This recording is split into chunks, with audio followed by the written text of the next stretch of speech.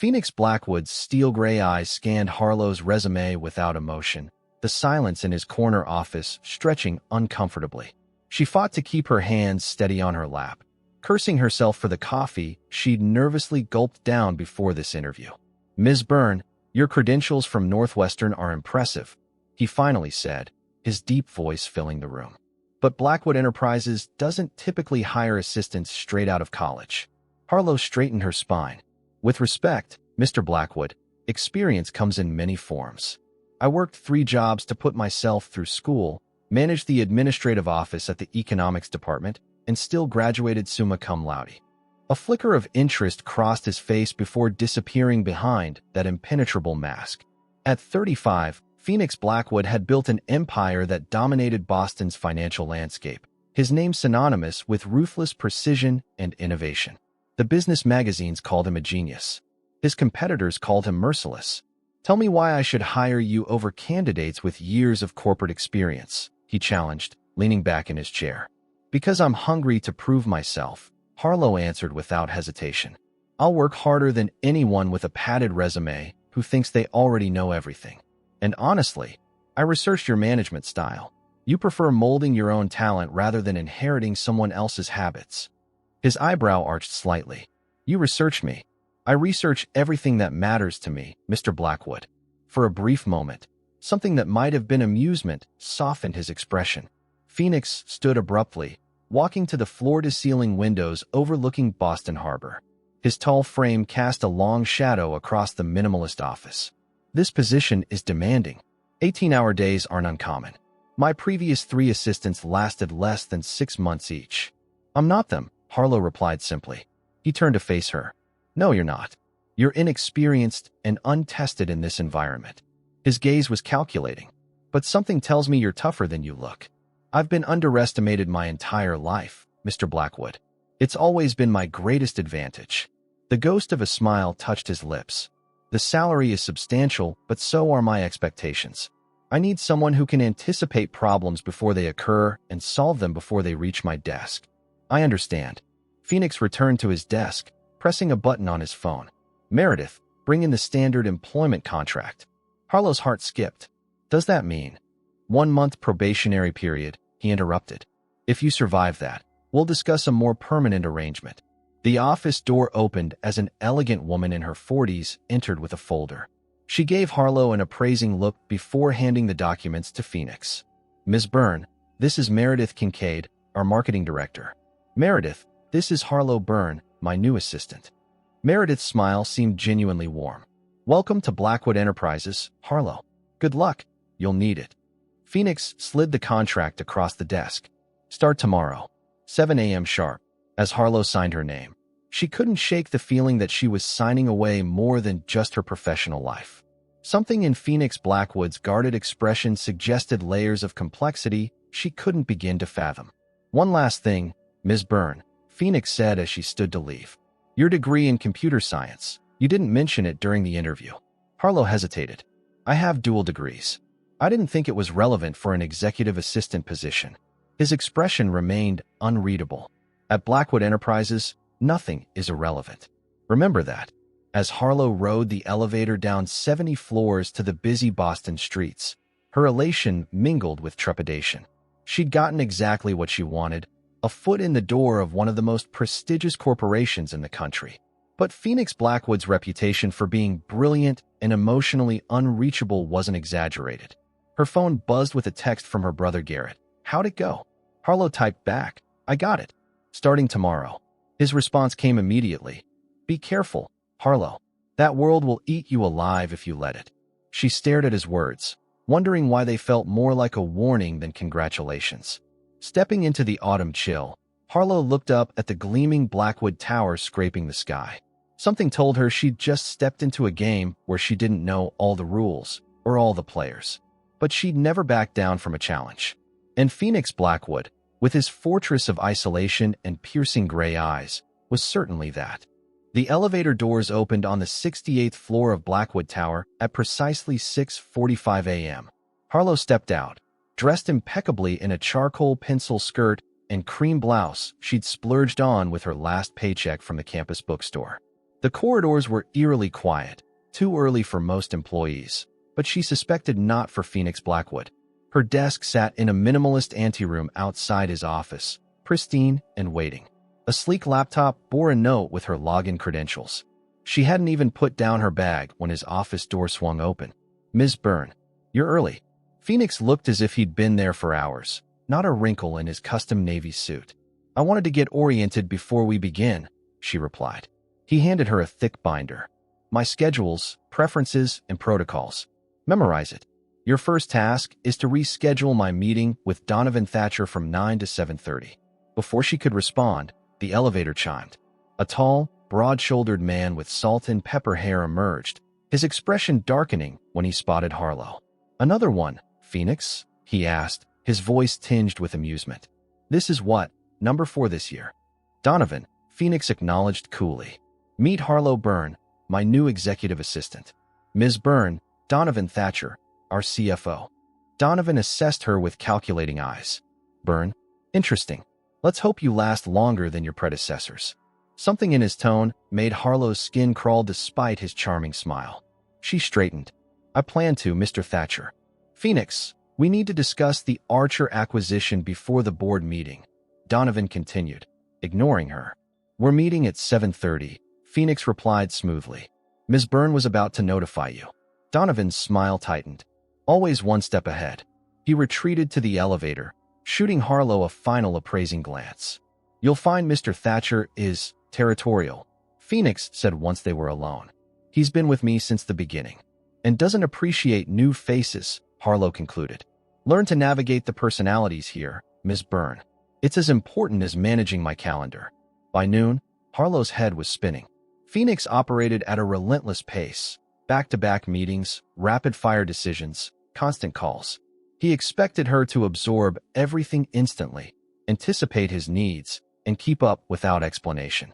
At 2 o'clock, he departed for an off-site meeting, leaving Harlow to organize the chaos of her first day. She was deep in spreadsheets when someone placed a coffee cup on her desk. "You look like you need this." Meredith Kincaid smiled down at her. First day with Phoenix is always baptism by fire. Harlow accepted the coffee gratefully. Is he always so? Intense? Cold? Brilliant? Yes to all. Meredith perched on the edge of Harlow's desk. "Don't take it personally. Phoenix doesn't do emotions, at least not anymore." "Anymore?" Meredith lowered her voice. "I've been here since this was a startup in Phoenix's apartment. He wasn't always like this. The scandal 3 years ago changed him." "Scandal? You didn't Google him thoroughly enough, did you?" Meredith's eyes danced with mischief. "His ex-fiancée, Astrid Caldwell. She was our former head of business development, and sleeping with our main competitor while feeding them Blackwood trade secrets." Harlow nearly spilled her coffee.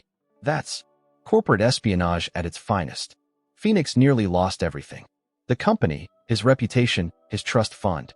He rebuilt from the ashes, but the Phoenix who emerged was different. Now he keeps everyone at a calculated distance, especially women. That explains the revolving door of assistance. Only partially. He's also impossibly demanding. Meredith glanced at her watch. "Speaking of which, he'll be back in 30 minutes expecting you to have processed those board documents." Harlow's eyes widened. "But there are hundreds of pages.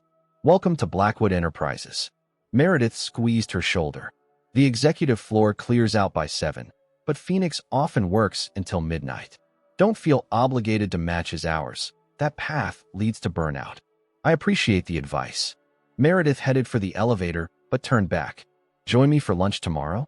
The executive dining room is intimidating your first time." "I'd like that." When Phoenix returned, Harlow had summarized the key points from the board documents and organized his desk for the afternoon meetings. A flicker of surprise crossed his face. "You're still here," he observed. "Did you expect otherwise?" "Most assistants are overwhelmed by day 1.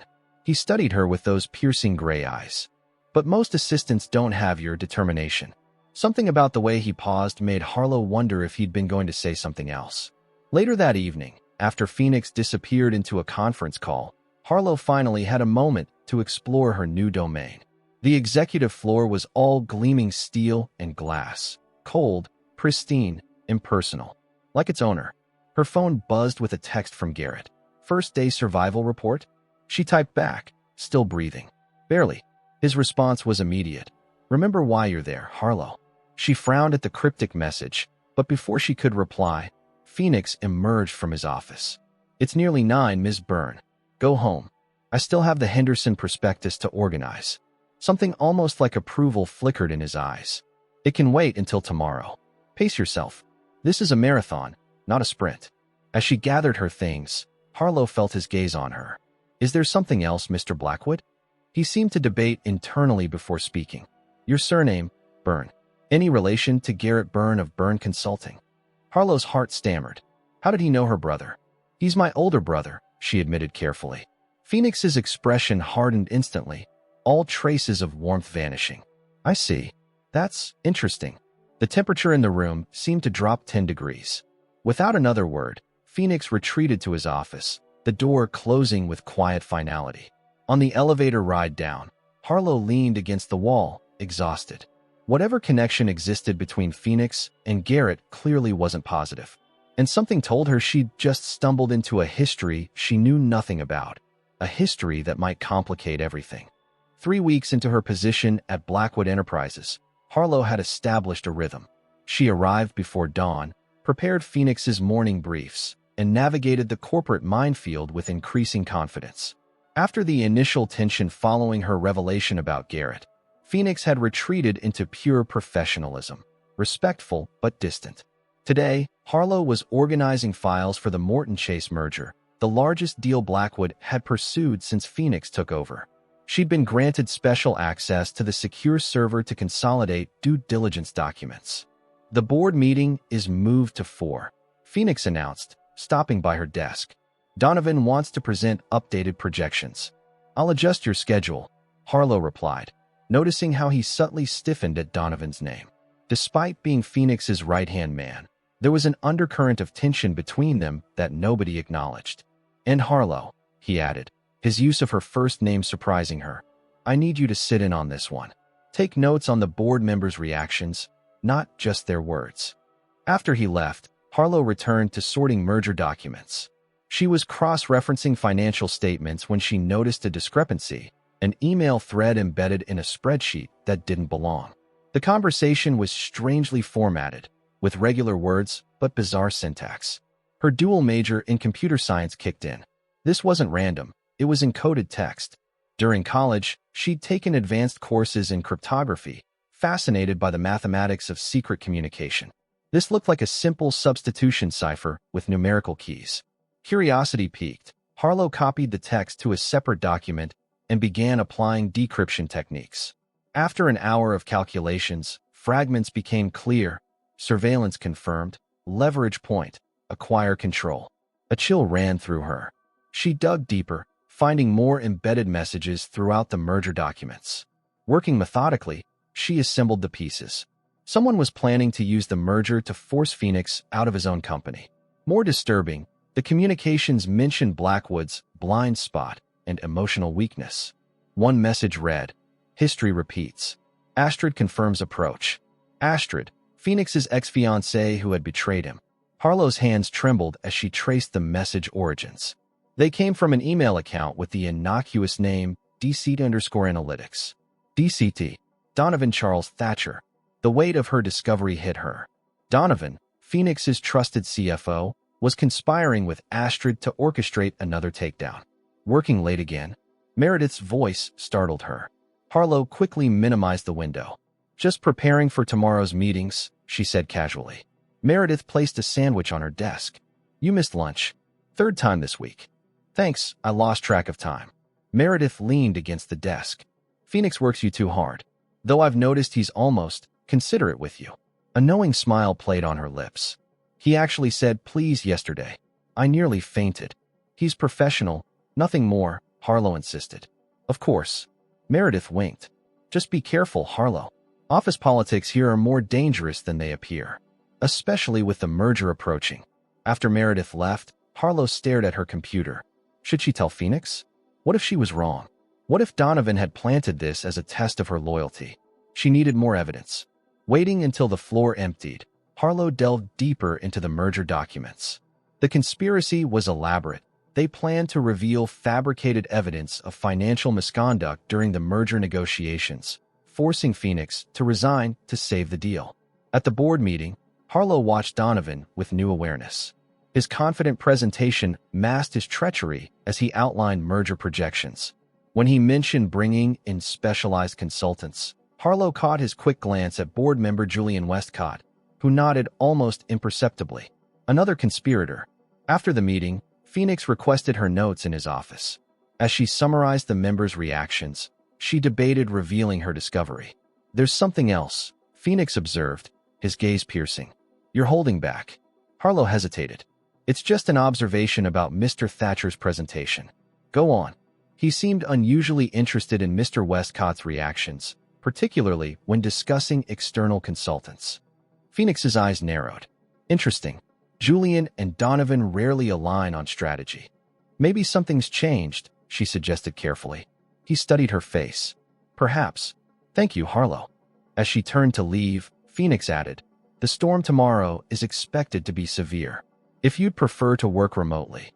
"I'll be here," she assured him. "The quarterly reports are due." Something like approval flickered in his eyes. "Very well." Later that night, in her small Cambridge apartment, Harlow couldn't sleep.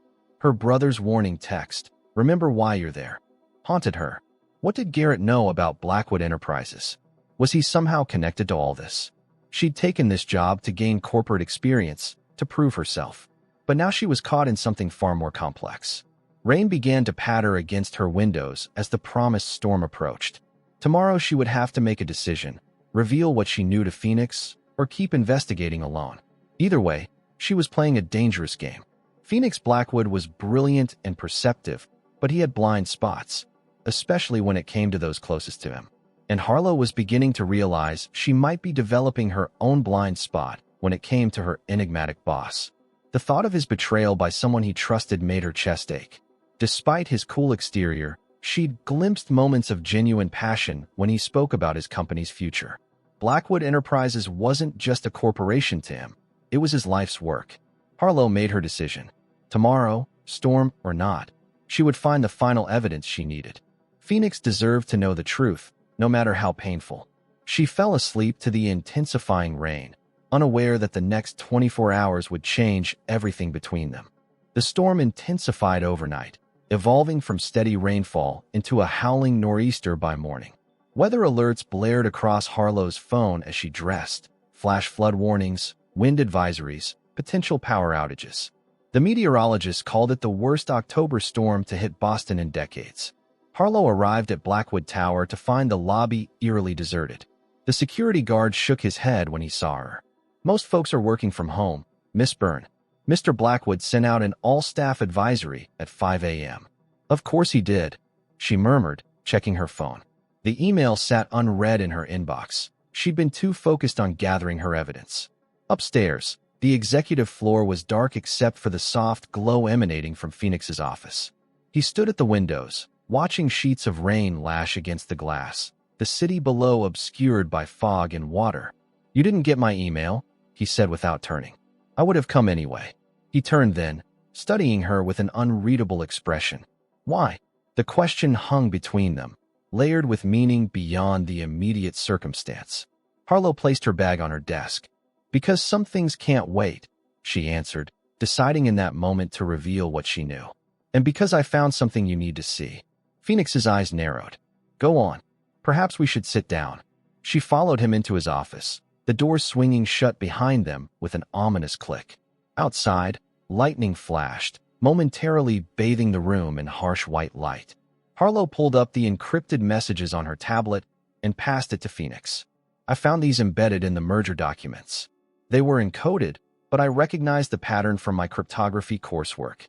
Phoenix scanned the decrypted text, his expression hardening with each line. "You decoded these yourself?" "Yes."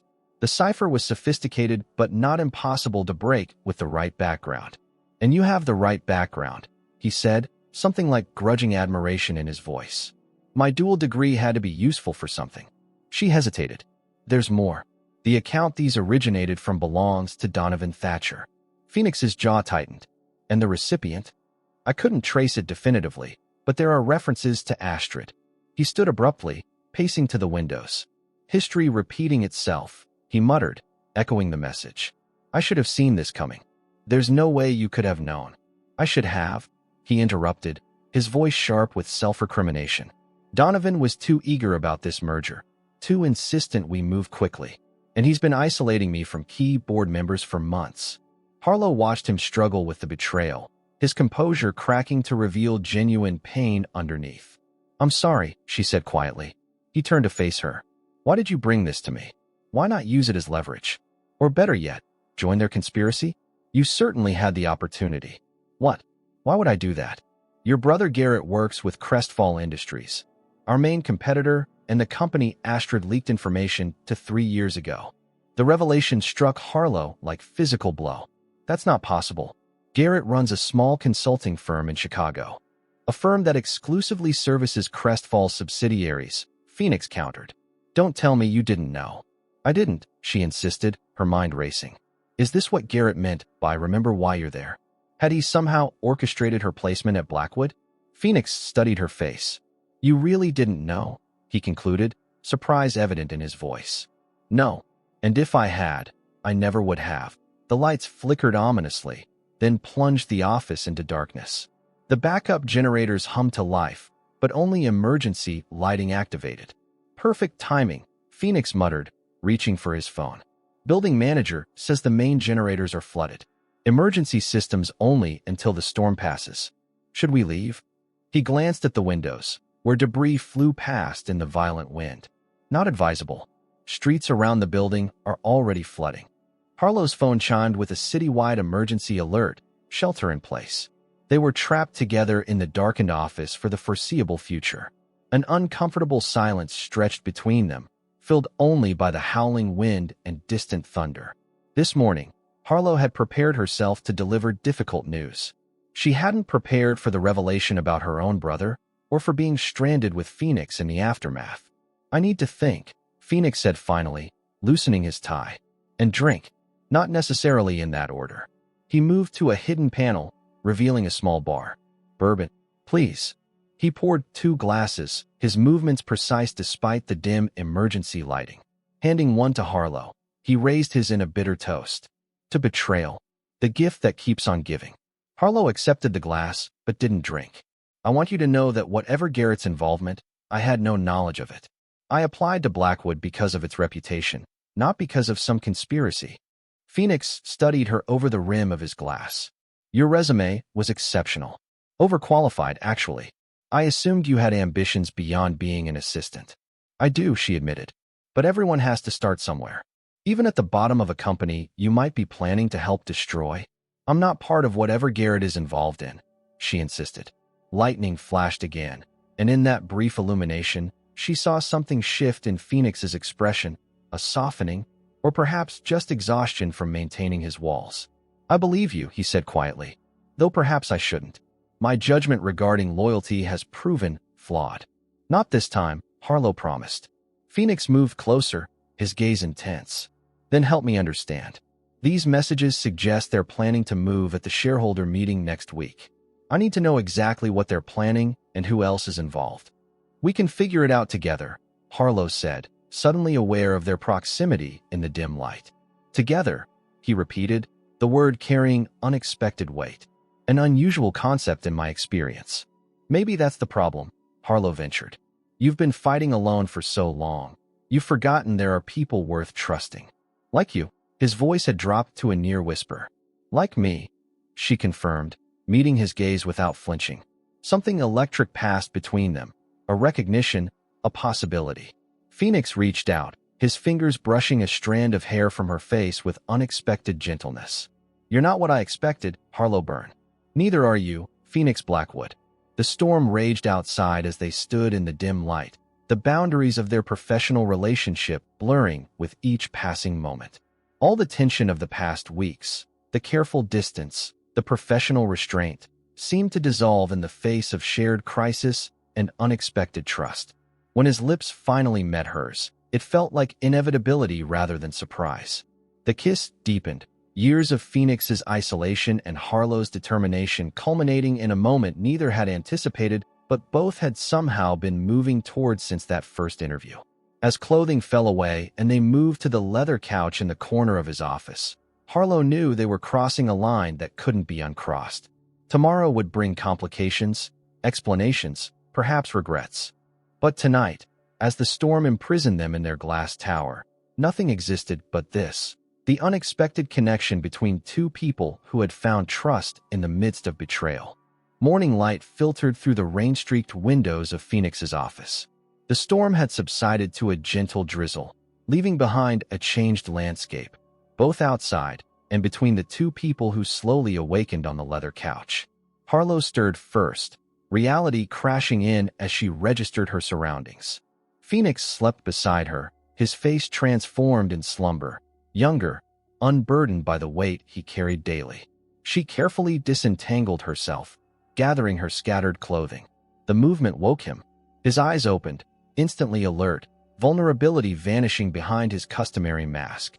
"Good morning," he said, his voice carefully neutral.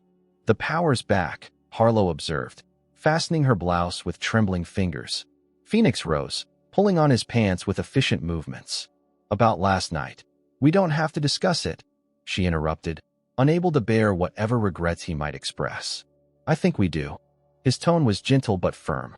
"What happened between us?" The elevator chime interrupted him. They froze, exchanging alarmed glances. The building was still officially closed due to storm damage. Who would be arriving now? Phoenix quickly finished dressing while Harlow ducked into his private bathroom to make herself presentable. When she emerged, voices drifted from the reception area.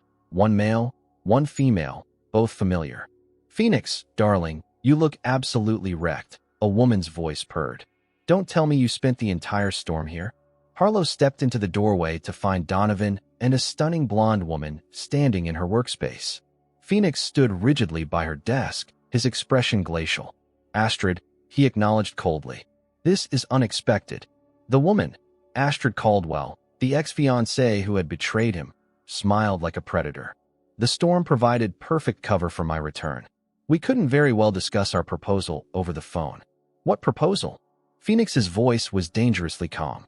Donovan stepped forward. "Phoenix, be reasonable.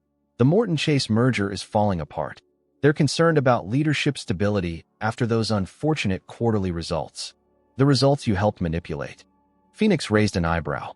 A flicker of surprise crossed Donovan's face before he masked it. "I don't know what you mean." "I think you do." Phoenix's gaze shifted to Harlow. "Ms. Byrne, would you bring us the decoded messages, please?" All eyes turned to Harlow. Astrid's perfect features registered shock, then calculated reassessment. Well, you must be the new assistant." Her gaze traveled over Harlow's rumpled appearance, a knowing smirk forming. Though perhaps assistant doesn't quite cover it anymore. Heat crawled up Harlow's neck as she retrieved her tablet. "I found these embedded in the merger documents," she explained, handing the device to Phoenix. "They detail plans to force Mr. Blackwood out during the merger negotiations." Donovan's face flushed with anger. "You had no authorization to access those files." "Actually, she did," Phoenix countered. "I gave Ms. Byrne full access to conduct due diligence." "This is absurd," Astrid scoffed. "Some little assistant playing detective, with dual degrees in business administration and computer science," Phoenix cut in. "Specialized in cryptography. You should have done your homework, Astrid." Astrid's eyes narrowed dangerously. "You always did have a weakness for intelligent women, Phoenix. Though I thought you'd learned your lesson with me." "I learned many lessons from you," Phoenix replied coldly. "Most importantly, to look for enemies among friends." "We're not your enemies," Donovan insisted. "We're trying to save the company from your increasingly erratic leadership." "By conspiring with my ex-fiancée? The same woman who nearly destroyed Blackwood the first time?" Phoenix laughed without humor. "Try again, Donovan." "The board will back us," Donovan threatened. "They've lost confidence in you." "We'll see about that at tomorrow's emergency meeting, which I called an hour ago." Phoenix smiled thinly. "Now get out of my building before I have security remove you." Donovan hesitated, then nodded to Astrid. They departed without another word, the tension lingering in their wake. When the elevator doors closed, Phoenix's composure cracked slightly. He leaned against Harlow's desk, exhaustion evident in the set of his shoulders. "You knew they were coming," Harlow realized. "I suspected." Donovan's car has a tracking system, company policy for executives. He picked up Astrid from her hotel at 6 a.m. Phoenix met her gaze. I didn't expect her to be part of this. What happens now? Now we prepare for war. Phoenix straightened. I need everything you've found, plus any connection to board members you can establish. We have 24 hours to save this company. The moment from earlier, the almost conversation about the night they'd shared, seemed to recede in the face of imminent corporate battle. Phoenix was retreating behind his walls again, the vulnerability of the storm-swept night locked away. Of course, Harlow responded professionally. I'll get started right away. His phone buzzed with a message. Phoenix glanced at it, his expression hardening. Take the day to clean up and prepare. Meet me at my penthouse tonight at 8. We'll strategize there. As he turned to leave, Harlow gathered her courage. Phoenix, about last night, was a mistake, he finished, his voice detached. One we can't afford to repeat with everything at stake. The words stung more than they should have. I understand. Do you? His gaze softened momentarily. Harlow, what happened between us was significant. But timing is everything, and right now, you need your assistant, not a complication, she supplied. Something like that. He hesitated at the door. 8 o'clock. Don't be late. After he left, Harlow sank into her chair, emotions warring within her. The night with Phoenix had awakened something she'd never experienced, a connection that transcended physical attraction. But reality had reasserted itself with Astrid's appearance. Her phone buzzed with a text from Garrett. Need to see you immediately. Critical information about Blackwood. Harlow stared at the message, suspicion blooming. How much did her brother know about this situation? Was he truly working with Crestfall as Phoenix claimed? She typed back, where and when. His response came instantly. Cafe Nero on Newberry. 1 hour. Come alone. As Harlow gathered her things to leave, she spotted a small velvet box that had fallen from Astrid's purse during her dramatic exit. Inside lay an exquisite diamond ring, an engagement ring. The implication hit her like a physical blow. Astrid wasn't just back for business reasons. She wanted Phoenix himself. Tucking the box into her bag, Harlow headed for the elevator. She had an hour to shower, change, and prepare to confront her brother about his potential involvement in the conspiracy against Phoenix. The man who had claimed her body last night, denied her heart this morning, and whose company now hung in the balance. The storm might have passed, but Harlow knew the real tempest was only beginning. Cafe Nero bustled with afternoon customers seeking refuge from the storm's aftermath. Harlow spotted Garrett immediately, his tall frame hunched over a corner table, eyes darting nervously toward the entrance. At 32, her brother had the same dark hair and green eyes as Harlow, though worry lines had begun to etch themselves around his mouth. You shouldn't be here, he said by way of greeting, his voice low. It's not safe. What's not safe is keeping secrets, Harlow replied, sliding into the seat across from him. Are you working with Crestfall Industries? Garrett's expression confirmed it before he spoke. It's complicated. Uncomplicated, she demanded. Phoenix Blackwood says your consulting firm exclusively services Crestfall subsidiaries, the same company that nearly destroyed Blackwood 3 years ago. Phoenix Blackwood, Garrett echoed bitterly. Did he tell you what he did to our father? Harlow stilled. What are you talking about? Garrett leaned forward, eyes intense. Dad's company, Burn Solutions. The reason we lost everything when you were in high school. The reason Dad had that heart attack. That was Phoenix Blackwood. That's impossible. Dad's company failed because of market changes. Market changes engineered by Blackwood, Garrett interrupted. He systematically targeted Dad's clients, undercut his contracts, and spread rumors about financial instability until the company collapsed. Harlow's mind raced back to those painful years, her father's deteriorating health after losing his company, the family's financial struggles, the scholarships and loans she'd needed for college. Why would Phoenix do that? Because Thomas Blackwood, Phoenix's father, had a falling out with Dad. Former business partners turned rivals. When Thomas died, Phoenix carried on the vendetta. I don't believe you, Harlow said, but doubt crept into her voice. Garrett pulled out a folder. Here's your proof. Financial records, communications, everything showing how Blackwood systematically destroyed Burn Solutions. Harlow flipped through the documents, her stomach nodding as the evidence mounted. Emails from Phoenix to his team outlining strategies to poach Burn clients. Financial projections calculating the impact on her father's company. Dad never knew the whole truth, Garrett continued.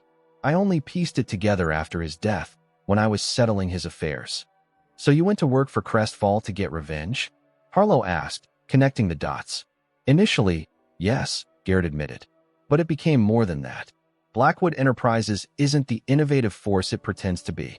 They crush smaller companies, absorb their technologies, and eliminate competition. Phoenix Blackwood is just like his father, ruthless, without conscience. That doesn't justify corporate espionage, Harlow argued. It's justice, Garrett insisted.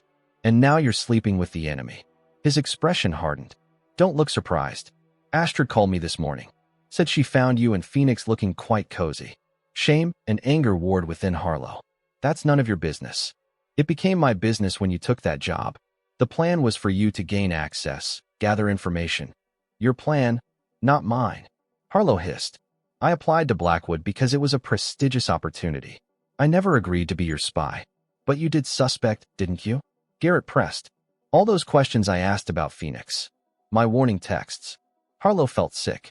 On some level, she had wondered about Garrett's interest, but had dismissed her suspicions. You used me. I protected you, he countered. I made sure you got that interview. Made sure your resume stood out. By mentioning my connection to you, the man working with Phoenix's competitors. Harlow laughed bitterly. Some protection. Harlow, listen to me. Garrett grabbed her wrist. Phoenix Blackwood destroyed our family. And now he's using you, just like he uses everyone. Whatever happened between you, it meant nothing to him. The words cut deeper than they should have, echoing Phoenix's dismissal that morning. Harlow pulled her hand away. I know about the merger conspiracy, she said. Donovan, Astrid, their plans to force Phoenix out. Are you part of that too? Garrett's slight hesitation was answer enough. God, Garrett, what have you done? What needed to be done? Blackwood will lose everything, just like Dad did. And what about the employees? The people who depend on Blackwood Enterprises for their livelihoods? Harlow demanded. What about Meredith Kincaid, who's been with the company since the beginning? Do they all deserve to suffer for your revenge? Discomfort flickered across Garrett's face. Collateral damage is still damage, Harlow cut in. I won't be part of this. You already are, Garrett replied. Phoenix will never trust you once he confirms your connection to me. You think last night changed anything? The moment he verified my employment with Crestfall, you became a liability. Harlow stood, gathering her bag. You don't know him. And you do? After 3 weeks as his assistant and 1 night in his bed. Garrett's laugh was cruel. Wake up, Harlow. Men like Phoenix Blackwood don't fall for their secretaries. They use them and discard them. I'm an executive assistant with dual degrees, she corrected coldly. And whatever Phoenix's past actions, he deserves to know the truth about what's happening now. If you warn him, you're choosing his side over your own family, Garrett warned. I'm choosing what's right, Harlow replied. Something you seem to have forgotten how to do. She left him sitting there, stride purposeful despite her churning emotions. Outside, she checked her phone. 6 missed calls from Phoenix, a text message asking where she was. It was almost 7, an hour before their planned meeting. Instead of responding, Harlow headed for the subway that would take her to Phoenix's Beacon Hill address. She needed time to process everything, to decide what to tell him about Garrett's involvement. Her brother's revelations had shaken her, raising questions about the man she'd begun to care for. Had Phoenix truly destroyed her father's company? Was his current vulnerability just another manipulation? When she reached his penthouse building, the doorman informed her that Mr. Blackwood was expecting her. The private elevator opened directly into Phoenix's apartment, a stunning space of steel, glass, and warm wood with panoramic views of Boston Harbor. Phoenix stood by the windows, tumbler of whiskey in hand. He turned when she entered, relief visible on his face. Where have you been? I've been calling for hours. I was with my brother, Harlow answered truthfully. Phoenix's expression hardened. Garrett, he told me about my father's company, about what you supposedly did to destroy it. Phoenix set down his glass. Did he now? He showed me documents, emails, plans targeting burn solutions specifically. And you believe him, Phoenix concluded, disappointment evident in his voice. I don't know what to believe anymore, Harlow admitted. Did you deliberately destroy my father's company? Phoenix was silent for a long moment. Yes, he finally said. But not for the reasons Garrett thinks. Then why? Because your father was embezzling from his clients, Phoenix revealed. Siphoning investment funds, falsifying returns. My father discovered it during their partnership, confronted him, and they split. When I took over Blackwood, I discovered Thomas had been covering for Robert Byrne, protecting their friendship despite the fraud. Harlow felt the room spin. My father wasn't a thief. He was, Phoenix insisted gently. I have the original financial records. When I realized what was happening, I had two choices: report him to federal authorities for securities fraud, or quietly disentangle his clients and move them to Blackwood. You chose option 2. I did, Phoenix confirmed. Out of respect for my father's friendship with yours. I never told anyone the real reason behind Byrne Solutions' collapse. I let people assume it was market forces, poor management, whatever narrative protected your father's reputation. Harlow sank onto a leather chair, mind reeling. Why should I believe you over my own brother? You shouldn't, Phoenix replied unexpectedly. Not without evidence. He crossed to his office, returning with a locked metal case. Opening it, he spread decades-old financial documents across the coffee table, irrefutable evidence of her father's crimes. I'm sorry, he said as she examined them, her world crumbling around her. I never intended for you to know this. Did you know who I was when you hired me? Harlow asked, voice barely above a whisper. Not initially, Phoenix admitted. I recognized your qualifications, not your name. It wasn't until after our first day that I made the connection. So last night, had nothing to do with your last name, he interrupted firmly. What happened between us was real, Harlow. Complicated by timing and circumstances, but real. She met his gaze, searching for deception, but finding only intensity. Garrett is working with Astrid and Donovan, she revealed. He all but admitted it today. Phoenix nodded grimly. I suspected as much. Did he mention their plans for tomorrow's board meeting? No, but he implied it was the final stage of their takeover plan. Phoenix paced to the window. Then we have until morning to prepare our defense. We? Harlow questioned, standing to join him. After everything that's happened, you still trust me? Phoenix turned to face her, his expression more open than she'd ever seen it. You came here tonight, knowing I might reject you once I learned about your meeting with Garrett. You told me the truth, even though it exposed your brother's schemes. His hand brushed her cheek. If that's not worthy of trust, I don't know what is. The gesture was intimate, an echo of the connection they'd shared the night before. But questions still lingered between them. What happens tomorrow? Harlow asked. Tomorrow we fight, Phoenix answered. For Blackwood Enterprises, for the truth, for everyone who depends on the company. His voice lowered. And maybe for us, if that's what you want. It was the closest he'd come to acknowledging a future beyond their professional relationship. Harlow knew she stood at a crossroads. One path leading back to family loyalty and the comfort of believing her father had been wronged. The other toward an uncertain future with a complicated man who had shown her both his strength and vulnerability. I need to think, she said finally.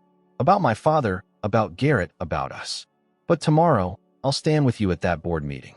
Whatever happens next, I want the truth to come out. Phoenix nodded, understanding in his eyes. That's all I can ask for. As he walked her to the elevator, the weight of family secrets and corporate conspiracies hung heavy between them. Tomorrow would determine the fate of Blackwood Enterprises, and perhaps their own as well. The September rain that had plagued Boston for days finally ceased as dawn broke over the city. Harlow hadn't slept, spending the night reviewing documents Phoenix had provided, irrefutable evidence of her father's financial crimes and the elaborate conspiracy against Blackwood Enterprises. The truth about her father had shattered something fundamental within her. Robert Byrne, the man she'd idolized, whose integrity she'd never questioned, had been a fraud. The narrative she'd built her life around, of a good man destroyed by corporate greed, was false. As she dressed for the emergency board meeting, Harlow's phone buzzed with a text from Garrett. Last chance. Pick a side. She didn't respond. Her decision had been made the moment she saw those financial records. At Blackwood Tower, Phoenix waited in the lobby, impeccable in a charcoal suit that accentuated the silver at his temples, a physical manifestation of the weight he'd carried. Ready? He asked simply. Yes, she affirmed, though her heart hammered in her chest. They rode the elevator in silence, the culmination of weeks of tension, betrayal, and unexpected connection hanging between them. The boardroom already hummed with tense voices when they arrived. 12 people sat around the massive table, the 10 board members, Donovan and Astrid. Their conversations ceased abruptly at Phoenix's entrance. "Thank you all for coming," Phoenix began, unruffled by the hostile stares. "I've called this emergency meeting to address matters of corporate governance and fiduciary duty. Specifically your failures in both areas," Donovan interjected smoothly, rising from his seat. "The board deserves transparency about the Morton Chase merger, which is now in jeopardy due to leadership concerns." Phoenix remained composed. "Indeed, transparency is crucial. Ms. Byrne, would you please distribute the documents?" Harlow circulated folders containing the decoded messages and financial records. A murmur rippled through the room as board members examined the evidence. "What is this?" demanded Julian Westcott, the silver-haired director who'd exchanged glances with Donovan during previous meetings. "Evidence of a coordinated effort to sabotage Blackwood Enterprises," Phoenix replied evenly. "Orchestrated by our CFO, Donovan Thatcher, in collaboration with Astrid Caldwell, and with the assistance of certain board members." Astrid laughed, the sound brittle in the tense room. "This is absurd. Phoenix is desperately trying to deflect from his own failures." "The evidence suggests otherwise," Harlow stated firmly. "These communications detail plans to manipulate financial reporting, undermining shareholder confidence specifically to facilitate a hostile takeover during the Morton Chase negotiations." Donovan's face flushed with anger. "You have no authority to speak here. This girl is sleeping with the CEO, hardly an unbiased source." A painful silence followed his accusation. Harlow felt the weight of every gaze, but refused to flinch. "Ms. Byrne discovered this conspiracy while conducting authorized due diligence," Phoenix continued, unperturbed. "Her personal relationship with me, or lack thereof, is irrelevant to these documents' authenticity." "Convenient that your assistant found this supposed evidence," Astrid remarked, examining her perfect manicure. "But we have more compelling information for the board." She nodded to Donovan, who distributed his own folders. "Financial records showing Phoenix's mismanagement over the past year," Donovan explained. "Projects approved without proper oversight, resources diverted to personal ventures, profitability down 30%. The board members flipped through these new documents with concerned expressions. Harlow recognized the strategy: mix truth with lies, enough factual information to make the fabrications believable. "And we have a solution," Astrid continued smoothly. "Crestfall Industries has made a private offer to acquire controlling interest in Blackwood at a premium that would benefit all shareholders. A hostile takeover disguised as a white knight rescue," Phoenix observed coldly. "With you installed as CEO afterward, I presume?" Astrid smiled. "The board would have full discretion in leadership appointments, naturally. Is that why you're wearing that engagement ring again?" Phoenix asked, his voice deceptively casual. "Another performance to convince the board we're reconciling, while you maneuver to take my company?" Astrid's hand instinctively covered her ring finger, which bore an impressive diamond. The same ring Harlow had found and returned to Phoenix's custody yesterday. "I don't know what you mean," Astrid faltered. "The ring you dropped in my office," Phoenix clarified. "The one my father gave your mother 30 years ago, which you've kept as a talisman for your ambitions." Confusion spread across Astrid's face as she glanced at her hand, then back at Phoenix. "This isn't the original?" Phoenix finished. "No, it's a replica. The original is in my safe, where it's been since our engagement ended 3 years ago. You'd know that if you'd actually checked your bag after leaving my office yesterday." Realization dawned on Astrid's face. "You set me up. I created an opportunity for honesty," Phoenix corrected. "Which you declined." Donovan stood abruptly. "This is irrelevant. The financial evidence speaks for itself." "Does it?" Phoenix pressed a button on the conference table, and the wall screen illuminated with banking records. "These are the actual quarterly reports, unaltered, verified by external auditors this morning, compared with the manipulated versions you distributed to Morton Chase, creating the impression of instability." The board leaned forward, studying the stark discrepancies between the genuine records and Donovan's falsified versions. Furthermore, Phoenix continued, "Ms. Byrne has traced the source of these falsified documents. Perhaps you'd like to explain, Harlow?" Harlow stepped forward, forcing herself to meet the board's scrutiny. The altered reports originated from an encrypted server registered to Crestfall Industries, specifically from an account connected to my brother, Garrett Byrne. The admission cost her deeply, but truth demanded nothing less. Your brother? Julian Westcott looked between Harlow and Phoenix, suspicion evident. So this is a family affair?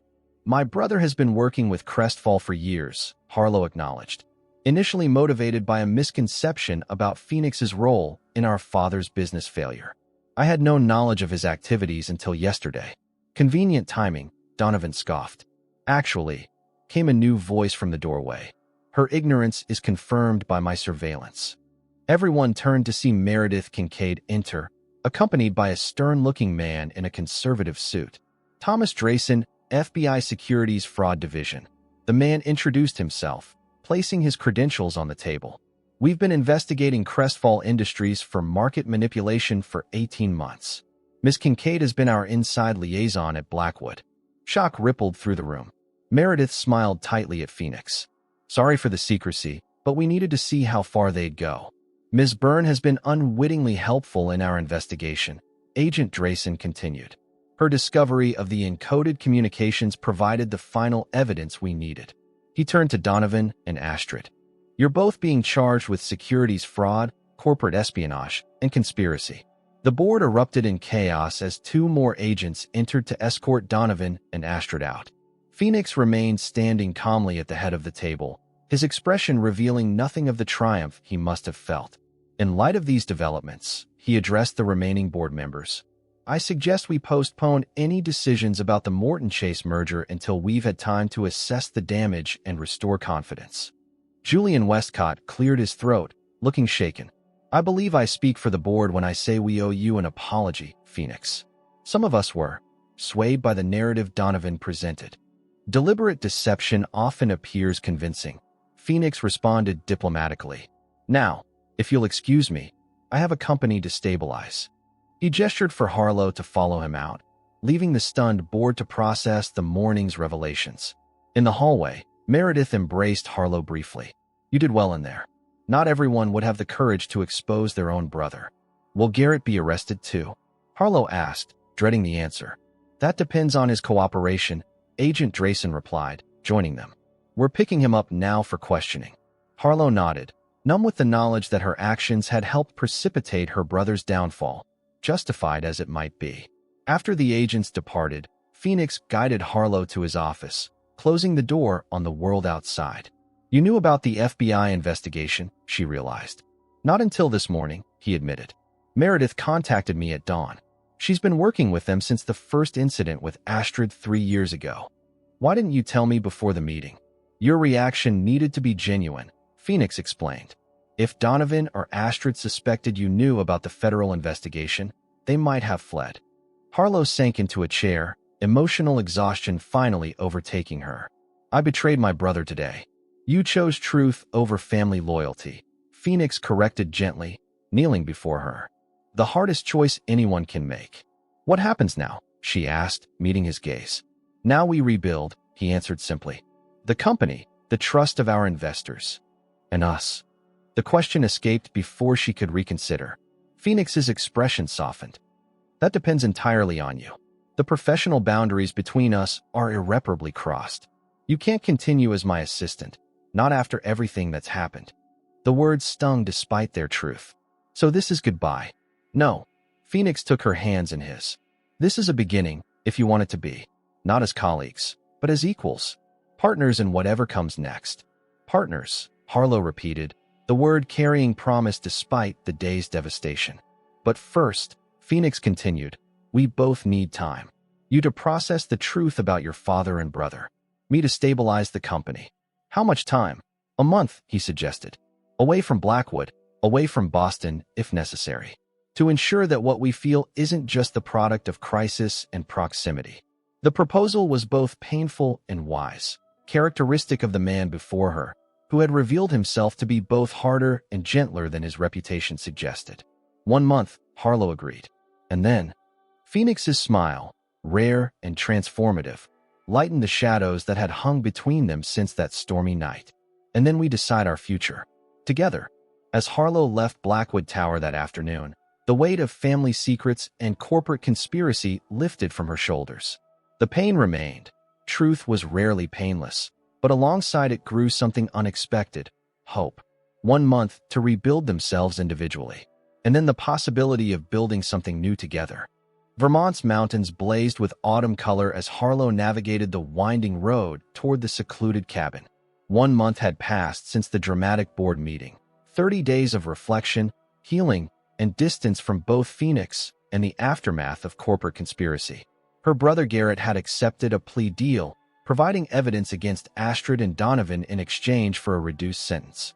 Their conversations during his limited phone privileges from federal custody had been strained but necessary, beginning the long process of reconciliation built on painful truths rather than comfortable lies. The cabin appeared around the final bend, a modern interpretation of rustic architecture with expansive windows reflecting the surrounding forest. Phoenix's weekend retreat, far from Boston's corporate battlefield. Her hands tightened on the steering wheel as she parked beside his familiar Audi. He waited on the porch, casually dressed in jeans and a charcoal sweater, so different from the impeccable suits of Blackwood Tower. The month apart had changed him subtly. The perpetual tension in his shoulders had eased, though his eyes remained as intense as ever when they met hers. "You came," he said simply, the words carrying more weight than their brevity suggested. "I promised I would." Harlow stepped from the car, autumn wind catching her hair. "Though I almost didn't." "What changed your mind?" "I needed answers, not just about us, but about myself." She climbed the steps to stand before him. "These past weeks have made me question everything I thought I knew." Phoenix nodded in understanding. "Let's talk inside." The cabin's interior was surprisingly warm, literally and figuratively. A fire crackled in a stone hearth, surrounded by comfortable furniture and bookshelves filled with well-worn volumes rather than corporate acquisitions. "This isn't what I expected," Harlow admitted, accepting the mug of coffee he offered. "Not the cold, minimalist fortress of solitude you imagined." His smile held self-awareness. "This is the real me, Harlow. The person behind the corporate armor." They settled before the fire, the conversation they'd postponed for a month finally unavoidable. "How is Blackwood Enterprises?" she asked, beginning with safer territory. "Recovering. The Morton Chase merger is proceeding under revised terms.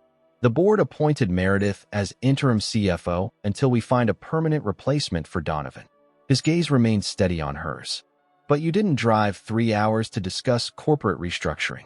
"No," she agreed. "I came because you were right about needing time. Distance has provided clarity." "And what do you see clearly now?"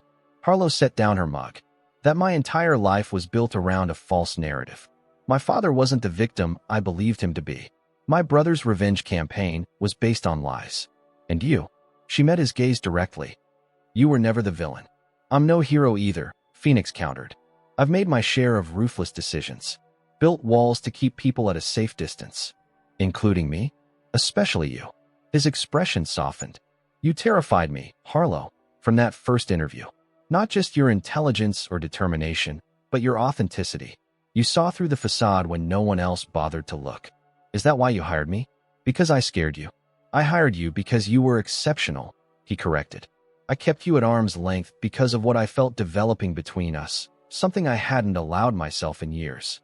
"Until the storm," Harlow said quietly. "Until the storm," he agreed. When pretense became impossible, silence stretched between them, filled with unspoken questions about their future. "I've been offered a position at Meredith's venture capital firm," Harlow finally said, "analyzing tech startups for potential investment." Phoenix nodded, unsurprised. "She mentioned approaching you. It's perfect for your skill set. I accepted yesterday." "I'm glad," he said sincerely. "You deserve a career path worthy of your abilities, not defined by connection to me or reaction to your family history." "Is that all you're glad about?" Harlow challenged softly. Phoenix set aside his coffee and moved to sit beside her. "No, I'm selfishly relieved you're staying in Boston, that you're choosing a future that could include me, despite everything." "Is that what you want?" she asked. "A future together?" "Yes." The simple affirmation held no hesitation. These weeks apart confirmed what I already knew that night in my office. What exists between us is rare, Harlow. Worth fighting for, worth rebuilding around. He took her hands in his. "I'm not offering you a fantasy or promising perfection. We both carry complicated histories. Building something meaningful will take work. But I've never wanted anything more in my life. Harlow studied their intertwined fingers. The age difference, our professional connections, my family's history with your company. The complications are endless. Practically insurmountable, Phoenix agreed, a smile tugging at his lips. Which makes them perfectly suited to people like us who've never accepted conventional limitations. People would talk. People always talk. Let them. His certainty was contagious, chipping away at her carefully constructed defenses. What exactly are you proposing, Phoenix Blackwood? A beginning, he answered simply. No predetermined outcome, no corporate merger of lives. Just two people choosing each other, day by day, building something honest from the ruins of what we once believed. Harlow's resolve crumbled under the sincerity in his eyes. Whatever existed between them, this connection that had withstood betrayal, family secrets, and corporate machinations, deserved the chance to grow naturally, without the shadows of their pasts. A beginning, she agreed, leaning forward to seal the promise with a kiss that held none of the desperate urgency of their first night together, but a deeper certainty, the foundation of something built to last. 1 year later, the quarterly board meeting adjourned with unanimous approval for Blackwood Enterprises' expansion into sustainable technology markets. Phoenix watched with pride as the directors filed out, stopping to congratulate Harlow on her innovative investment strategy presentation. At 36, Phoenix had finally achieved what had eluded him since inheriting his father's troubled legacy. A company defined by innovation rather than ruthless competition, led by a team chosen for talent rather than loyalty. Meredith lingered after the others left. Remember when board meetings involved federal agents in handcuffs? She teased. Fondly, Phoenix deadpanned. Nothing livens up corporate governance like a criminal conspiracy. Are you still coming to dinner Saturday? Meredith asked. Adam's grilling that salmon you liked last time. We'll be there, Harlow confirmed, gathering her presentation materials. Though Phoenix might be distracted by the game. I can multitask, he protested mildly. After Meredith departed, Phoenix wrapped his arms around Harlow from behind, pressing a kiss to her temple. Impressive presentation. The board practically fell over themselves approving your recommendations. The strategy sells itself, she demurred. Ethical investment with competitive returns, it's not revolutionary. It is in this industry, he countered. You're changing how Blackwood does business, one proposal at a time. We're changing it, she corrected, turning in his embrace. Partners, remember? Speaking of partnership, Phoenix reached into his pocket, producing a small velvet box. I've been carrying this around for weeks, waiting for the right moment. Harlow's breath caught as he opened it, revealing not a conventional diamond, but an emerald set in platinum, the exact shade of her eyes. This isn't Thomas Blackwood's heirloom or a symbol of corporate dynasty, Phoenix said quietly. It's just from me to you. No history, no baggage. A new beginning. Phoenix. Emotion constricted her throat. Marry me, Harlow. Not because it's expected or convenient, but because what we've built this past year is stronger than either of us imagined possible. Tears blurred her vision as she nodded, words temporarily beyond reach. The ring slid perfectly onto her finger, a tangible symbol of their journey from professional distance to intimate understanding. Boston's skyline stretched beyond the windows of Blackwood Tower, the city where both had faced their greatest challenges and found unexpected redemption. Within these glass walls, corporate intrigue had nearly destroyed them. Now it housed the future they were building together. I love you, Harlow whispered against his lips, the words once unthinkable in this environment, now the most natural truth she knew. And I love you, Phoenix returned, the man once known for emotional detachment, now openly embracing vulnerability. More than the company, more than success, more than anything I once thought defined me. Their kiss sealed promises that transcended business agreements and formal contracts. A commitment built on trust earned through trial, truth chosen over comfortable deception, and love discovered in the most unexpected circumstances. The innocent assistant and the isolated CEO had found in each other not just passion but partnership, their story now extending far beyond that one transformative night that had changed everything forever.